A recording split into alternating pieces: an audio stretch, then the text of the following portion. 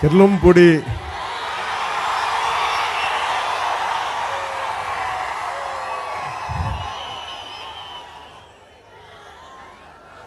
జగంపేట కిర్లంపూడి ఇక్కడికి వచ్చి పూల రేకులు విసిరితే ప్రేమ కూడా ఇంత గట్టిగా దెబ్బలు తగులుతాయి అనిపించింది. అంత అక్కడి నుంచి వస్తూ ఉంటే పూలు కాదు, పూల రేకులకి ఒళ్ళు శిథిలం అయిపోయింది. మీ ప్రేమకు కూడా ఒళ్ళు దెబ్బలు తింటుందని ఇప్పుడే నాకు అర్థం చేసుకున్నా.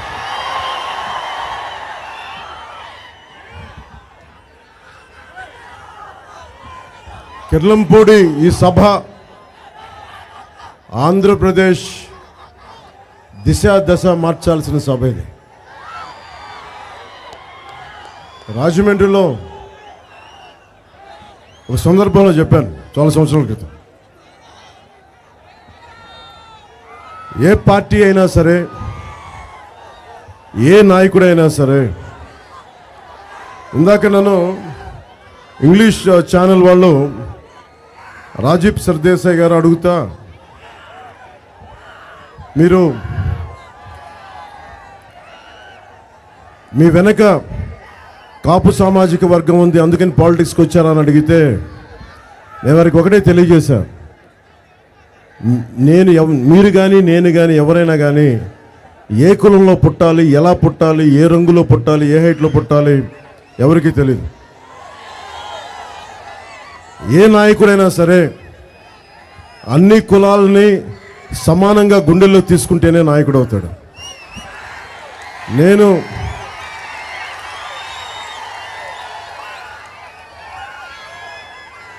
కష్ట నష్టాలు ఉంటాయి, ఆర్థిక అసమానతలు ఉంటాయి, సామాజిక అసమానతలు ఉంటాయి. ఎవరిలో ఏమున్నాయి అనేది నాయకుడు చూసి ఆ హెచ్చుతగ్గులను ఎప్పుడూ సరిదిద్దుకుంటా ముందుకెళ్ళాలి. నేను జనసేన పెట్టినప్పుడు ఒకటే అనుకున్నా, నిన్న పెద్దాపురం సభలో చెప్పా, మీరు అరచేతుల్లో హాలు తెలిగిస్తూ ఉంటారు ఎప్పుడు. నాకు నిజంగా హారతి వెలిగిస్తే నాకు ఆనందం కంటే కూడా నాకు ఒకటే అనిపిస్తుంది, మీ గుండెల్లోది ధైర్య జ్యోతి. అది జగన్ లాంటి ఒక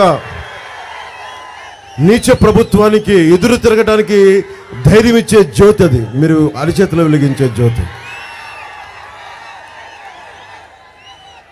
ప్రత్యేకించి నాకు ఈ అవకాశాన్ని ఇచ్చిన జ్యోతుల్ నెహ్రూ గారికి, టీడీపీ తెలుగుదేశం పార్టీ నుంచి సైకిల్ గుర్తు మీద ఎమ్మెల్యే అభ్యర్థిగా పోటీ చేస్తున్న జ్యోతుల్ నెహ్రూ గారికి నా హృదయపూర్వక నమస్కారాలు.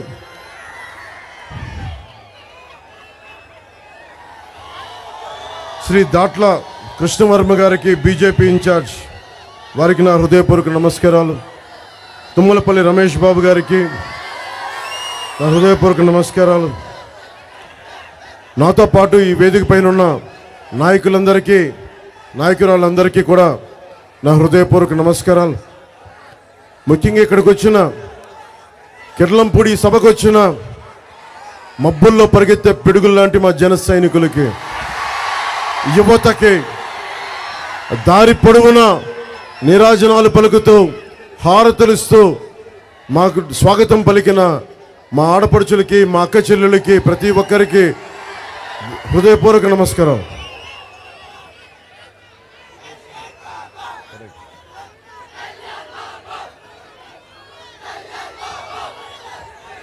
మీరందరూ మాట్లాడితే ఎప్పుడు ఒక స్లోగన్ వినిపిస్తూ ఉంటుంది ఎక్కడికి పోయినా కానీ, అరటిపండు తొక్క, అరటిపండు తొక్క. వైసీపీ ఒక మీ భాషలోనే చెప్పాలంటే ఒక అరటిపండు తొక్క ప్రభుత్వం. ఆ తిని పడేసిన తొక్క ప్రభుత్వానికి మనకి ఏం చేసింది, మనకి ఏం చేయలేదు. దాని గురించి మాట్లాడుకుందాం. ముఖ్యంగా మన నియోజకవర్గానికి, జగంపేట నియోజకవర్గానికి సంబంధించి కూటమి తాలూకు ముఖ్య లక్ష్యం, ఇంతమంది యువతున్నారు, ప్రతి చేతికి పని ఉండాలి. ప్రతి చేనుకు నీరుండాలి. ఇదే భారతీయ జనతా పార్టీ, తెలుగుదేశం, మన జనసేన తాలూకు కూటమి లక్ష్యం. ప్రతి చేనుకి నీరు, ప్రతి చేతికి పని.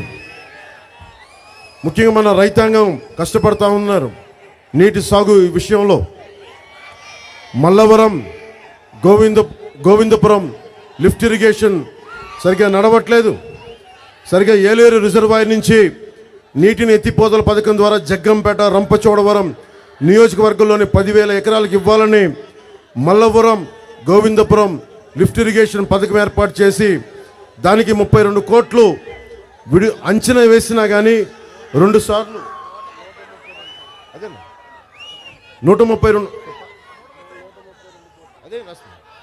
132 కోట్లు అంచనా వేసినా కానీ 2 సార్లు శంకుస్థాపన చేశారు, కానీ నిధులు ఇవ్వలేదు. పుష్కర ఎత్తిపోతలకి నిధులు ఇవ్వడం లేదు. దానివల్ల 30 ఎకరాల్లో పంటలు ఎండిపోయాయి. పోలవరం ఎడమ కాలువ మట్టి ఇక్కడ వైసీపీ నాయకులకి కాసులు కురిపిస్తోంది. కాలువ గట్లను సైతం కొట్టేస్తూ మట్టి దవ్వేస్తూ ఉన్నారు. జలవనరుల శాఖ కూడా ఏమీ చేయలేకపోతా ఉంది. ఇలాంటి చాలా ఉన్నాయి నా దృష్టిలో. స్థానిక ఎమ్మెల్యే 100 ఎకరాలు నాయకులు, ఏ మూలకెళ్ళినా వైసీపీ నాయకులు 100 ఎకరాల చెరువులు కబ్జా చేశారు. కిర్లంపూడి మండలం బూరుగుపూడి గ్రామంలో ఉన్న 175 ఎకరాల దుస్లాం చెరువుని వైసీపీ నాయకులు కబ్జా చేశారని తెలియజేస్తూ ఉన్నారు. జలవనరుల శాఖ ఆధ్వర్యంలో దాదాపు 1000 ఎకరాల చెరువులను వైసీపీ నాయకులు కబ్జా చేశారు. కొండ అనేది మిగలకుండా చేశారనేది మనకు తెలియజేస్తూ ఉన్నారు. ప్రతి చోట రోడ్లు, డ్రైన్స్ వేయలేదు. ఇళ్ల స్థలాల పేరు మీద కొన్ని 100 కోట్లు దోపిడీ చేశారు. పుష్కర ఎత్తిపోతల పథకానికి నిర్వహణ నిధులు ఇవ్వకపోవడం వల్ల దాదాపు 60,000 ఎకరాలు బీడుగా మారిపోయిన పరిస్థితి. నేను మీ దృష్టికి, ఇంతమంది యువతున్నారు, మీకు ఫీజు రీఎంబర్స్మెంట్ ఎంతమందికి చేశారు? ఫీజు రీఎంబర్స్మెంట్ ఫీజు రీఎంబర్స్మెంట్ జరిగిందా మీకు? 2014-19 మధ్య 16 లక్షలు, లక్ష కాదు 2 కాదు, 16 లక్షల మందికి ఫీజు రీఎంబర్స్మెంట్ జరిగితే జగన్ ప్రభుత్వంలో 8 లక్షల కంటే తక్కువ మందికి ఫీజు రీఎంబర్స్మెంట్ జరిగింది. ముఖ్యంగా 27 దళిత విద్యార్థులకి సంబంధించి, దళిత సమాజానికి సంబంధించి 27 పథకాలు తీసేశారు. అంబేద్కర్ విదేశీ విద్య 2014-2019లో 4,923 మంది విద్యార్థులు వెళ్ళగలిగితే, అదే పథకానికి జగన్ విదేశీ విద్యా పథకం పెట్టి 116 మంది మాత్రమే వెళ్ళగలిగారు. ఎక్కడ 4,923, ఎక్కడ 116?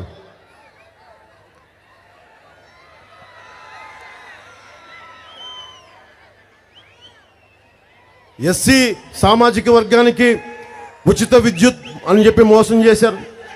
అధికారంలోకి వస్తే ఎస్సీ ఎస్టీలకి నెలకి 200 యూనిట్ల వరకు ఉచిత విద్యుత్ పథకం అమలు చేస్తానని వైఎస్ జగన్ హామీ ఇచ్చి, అధికారంలోకి వచ్చాక ఎస్సీ ఎస్టీ కాలనీలు, తాండాల్లో నివసించే వారికి మాత్రమే ఈ పథకం అని మెలికిపెట్టి, దాంతో 5 లక్షల మంది పేద ఎస్సీ ఎస్టీ కుటుంబాలు ఈ పథకానికి దూరం అయ్యాయి.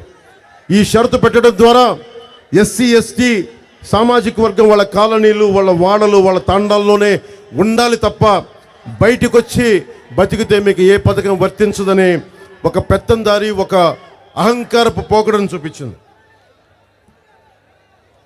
ఈ నియోజకవర్గంలోనే వీరవరం గ్రామంలో చిన్నపాటి బండు నడుపుకునే ఒక ఎస్టీ వ్యక్తి పైన, అతని కొడుకు శివ 15 సంవత్సరాలు 10వ తరగతి విద్యార్థి పైన, ఇప్పుడు ఎమ్మెల్యే అభ్యర్థికి సంబంధించిన వ్యక్తి వాహనంతో ఢీకొట్టి ఇనుపరాడుతో దాడి చేశారు.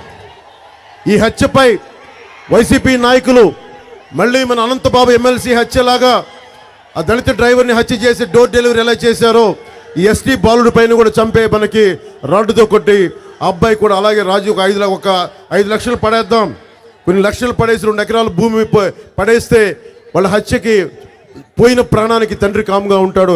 అది కూడా సరిగ్గా ఇవ్వని పరిస్థితి. ఒకవైపు జగన్ కులాల మధ్య చిచ్చు పెడతా ఉన్నాడు. మీరందరూ చాలా చాలా జాగ్రత్తగా ఆలోచించుకోవాలి. సమాజం ఒక్క కులం పైన నడవదు. సమాజం ఒక్క కులం మీద నిర్మాణం జరగదు. సమాజానికి చాలా అన్ని కులాలకి బాధ్యత ఉంది. ఒక కులానికి అసమానతలు ఉంటాయి, నేను కాదంటలేదు. కానీ దారి జ్ఞానం ఉన్న నాయకులు మటుకు చాలా జాగ్రత్తగా మాట్లాడాలి. నేను చాలా బాధ్యతగా ఉన్న నాయకుడిని. ఇంతమంది యువత నా పక్కన ఉన్నా కానీ, సమూహం ఉన్నా కానీ, నేను ఎప్పుడు మేము ఆవేశంతో మాట్లాడతాను. కానీ నేను మిమ్మల్ని ఎప్పుడు కూడా ఒక చెడు దారి వైపు నడిపించను, విధ్వంసం వైపు నడిపించను. నేను ఎప్పుడు మీ భవిష్యత్తు బాగుండాలని చెప్పి నిర్మాణాత్మకంగానే మాట్లాడతాను.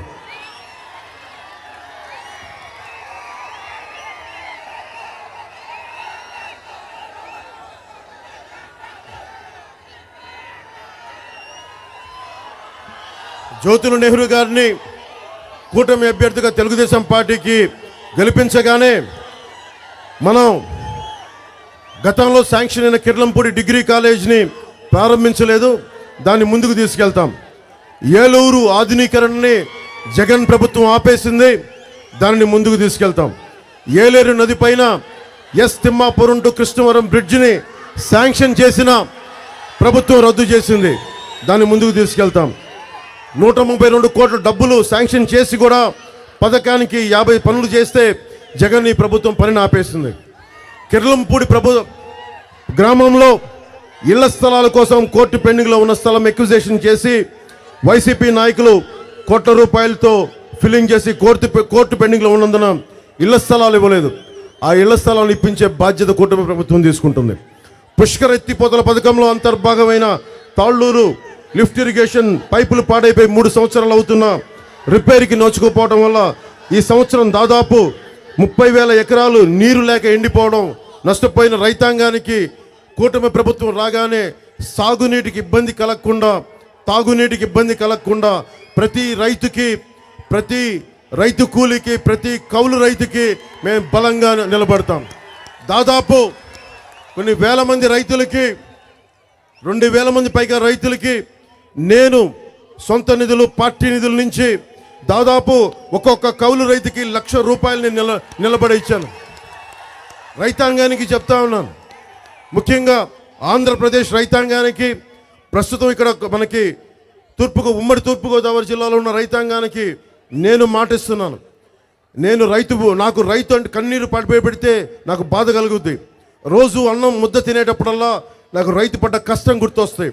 అందుకే కౌలు రైతు వేలాది మంది చనిపోతూ ఉంటే నా వంతు కృషిగా 1,00,000 రూపాయలు ఇచ్చి నేను ఒకటే చెప్పాను, నా 1,00,000 రూపాయల వల్ల ప్రాణాలు తిరిగి రాకపోవచ్చు, కష్టాలు తీరకపోవచ్చు, కానీ నా మనసును ఆవిష్కరింపజేస్తున్నా, నేను మీకోసం ఉన్నానని చెప్పడానికి.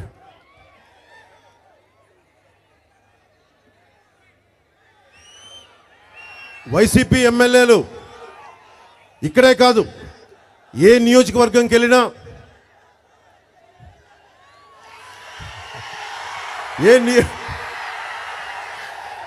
ఏ నియోజకవర్గంకి వెళ్ళినా ఎక్కడ పట్టినా దోపిడీ, ఇసుక దోపిడీ, మట్టి కనిపిస్తే తినేస్తూ ఉన్నారు. అలాగే రైతు కష్టాల మీద ఎవరన్నా మాట్లాడితే, ముఖ్యంగా ఇక్కడ గండేపల్లి మండలం రామాయపాలెంలో రైతులని బూతులని తిట్టిన విషయం కూడా నా దృష్టిలో ఉంది.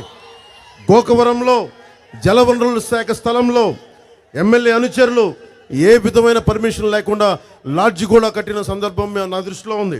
నాకు ఒకటే అనిపిస్తుంది, పేదలు ఇల్లు కట్టుకోవాలంటే పర్మిషన్లు ఉండవు, ఒక యువకుడు వచ్చి ఉపాధి అవకాశాలు వ్యాపారం పెట్టుకోవాలంటే పర్మిషన్లు ఉండవు.